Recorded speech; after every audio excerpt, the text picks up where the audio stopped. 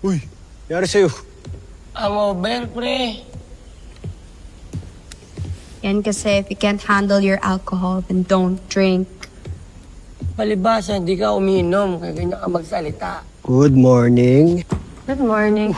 Biglang bumukas. Kumusta si Lola? Okay naman. Bakit? Wala, tinatanong ko lang.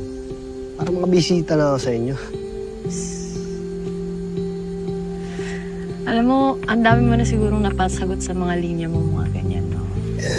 Wala pa nga ako nagiging jowa. Ikaw pa lang kung sakali. Totoo yun. Tigilan mo na ako, Galo. Grabe. NGSB, pre. No girlfriend since birth. Ano, ganito na lang.